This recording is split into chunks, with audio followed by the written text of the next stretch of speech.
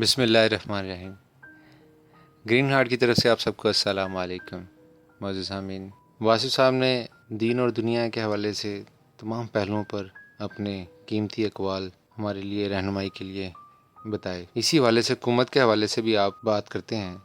آپ فرماتے ہیں حکومت نااہل ہو سکتی ہے، غیر مخلص نہیں ہو سکتی۔ ملک سے مخلص ہونا حکومت کی ذمہ داری بھی ہے اور ضرورت بھی۔ ملک سلامت رہے گا تو حکومت قائم رہ سکتی ہے، اس لیے حکومت ہمیشہ ہی مخلص ہوتی ہے۔ حزب اختلاف حکومت کو غیر مخلص کہتا ہے اور حکومت اپنے مخالفوں کو وطن دشمن کہتی ہے۔ جو انسان 10 سال سے زیادہ عرصے سے ملک میں رہ رہا ہو وہ ملک دشمن نہیں ہو سکتا۔ جس کے ماں باپ کی قبر اس ملک میں ہو وہ غدار نہیں ہو سکتا۔ اپنی دعاؤں میں اللہ کریم کو راہ نہ سمجھایا کریں کہ اسے یوں کرنا چاہیے، ایسے نہ کرنا چاہیے، اس قوم پر رحم کرنا چاہیے، فلاں پر غضب اور فلاں کو تباہ کرنا چاہیے۔ کچھ لوگ اپنے آپ کو اللہ کا ایڈوائزر سمجھتے ہیں اور اسے کہتے رہتے ہیں یہاں فضل کرو، یہاں تباہی کا گولا پھینکو، اس کو نیست و نابود کر دو، مجھے اور میری اولاد کو ہمیشہ کے لیے سلطان سلاطین بنا دو۔ ایسا قطعاً نہیں۔ اللہ نے اپنے حبیب کے دشمن کو بھی تباہ نہیں کیا۔ شرار ابولہبی چراغ مصطفی کی ضد ہے لیکن پہچان ہے۔ شیطان اللہ کا دشمن ہے، اس کی ضد ہے لیکن پہچان ہے۔ سنت اللہ یہ نہیں کہ اللہ اپنے دشمنوں کو زندہ ہی نہ رہنے دے۔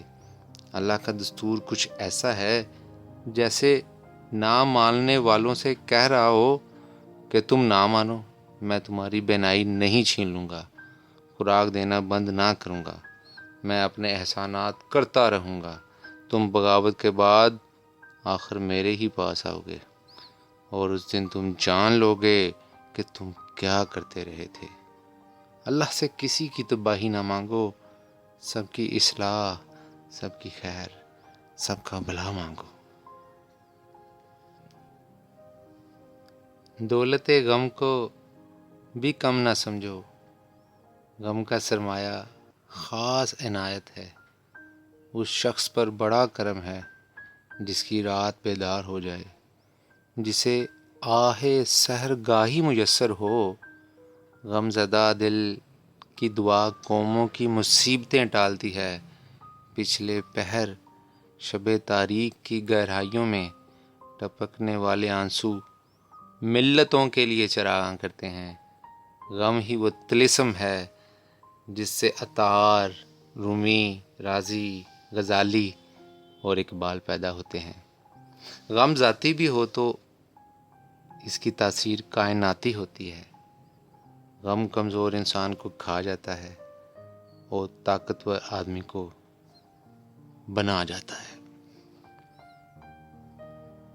موت زندگی کی محافظ ہے اور زندگی موت کا عمل ہے۔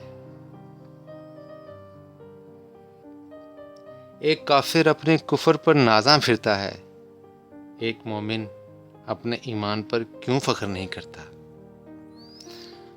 معزز سامعین، یہ سب اقوال سبھی غور و فکر کی طرف ہمیں راغب کرتے ہیں۔ رمضان المبارک کا مہینہ ہے، آپ سب سے دعاؤں کی درخواست ہے۔ اپنی بھرپور دعاؤں میں ملک کے لیے دعا کریں، ایک دوسرے کے لیے دعا کریں۔ آپ سب کا شکریہ۔ اللہ نگہبان۔